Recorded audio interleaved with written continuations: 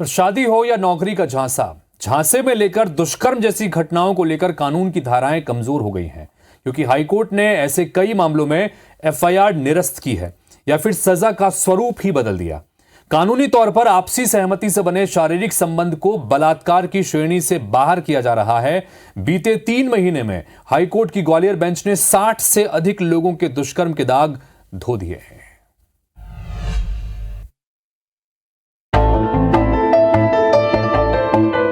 बीते कुछ समय से ऐसे मामलों में बहुत तेजी आई है जिसमें शादी का झांसा या फिर नौकरी का झांसा देकर दुष्कर्म के केस दर्ज किए गए। जिन लोगों पर दुष्कर्म के केस दर्ज थे उन्होंने ऐसे झांसे की कहानी को ही कोर्ट में चुनौती दी। ट्रायल के दौरान अभियुक्तों को पूरी प्रक्रिया से गुजरना पड़ा, लेकिन जब हाई कोर्ट में इस तरह के दुष्कर्म की एफआईआर को चुनौती दी गई तो ये टिक नहीं पाई। एक के बाद एक एफआईआर निरस्त होती गई। सहमति से रह रहे या पहले से रह रहे थे, बाद में बलात्कार कर दिया। दोनों परिस्थितियों में लड़की का भी नुकसान हो रहा है और लड़के हैं वो कानून से बचे जाते हैं क्योंकि आपसी सहमति के आधार पर दबाव बना करके।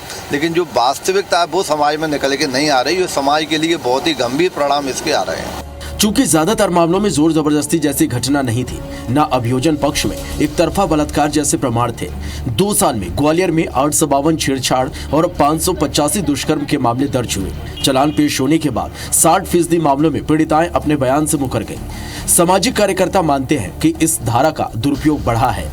जबरदस्ती उपयोग किया या फिर मुझे धोखा दिया, ऐसा करके हम फायदा लेना चाहता है। और हम रोज ही कोर्ट में देखते हैं कि ऐसे बहुत सारे तमाम झूठे मुकदमे लगाए जाते हैं। वास्तविकता में जो अपराधी है या फिर जो पीड़ित है उसकी बातें कहीं ना कहीं छुप जाती हैं और इससे बहुत ज़्यादा ये देखा जाता है कि जितने भी पीड़ित हैं उनके साथ न्याय नहीं हो पाता है। तो मुझे लगता है कि जो एक्चुअलिटी है, जो वास्तविक मुद्दे हैं, वो सामने आना चाहिए। 3 साल में कभी किसी के साथ कोई ऐसी एफआईआर लॉन्च नहीं कराई, कभी नहीं कराई। तो मेरा कोर्ट से ये कहना था कि there is a huge delay in launching the FIR. Court ने ये माना, मैच्योर लेडी है, उसने अपनी कंसेंट से सारी चीजें की, तो इसलिए कोर्ट ने इसी स्टेज पे एफआईआर को क्वेश्चन किया है। इस तरह के केसों के कमजोर पड़ने का मुख्य कारण यह भी है कि एफआईआर में पीड़िता खुद स्वीकार करती है कि आरोपी के साथ रही, उसने शादी या नौकरी का झांसा दिया और उसके साथ दुष्कर्म किया। जब विवाह के लिए कहा तो उसने मना कर दिया या नौकरी नहीं लगवाई। इसलिए शादी या ऐसे ही किसी झांसे में लेकर बलात्कार की एफआईआर अब कानून की दहलीज पर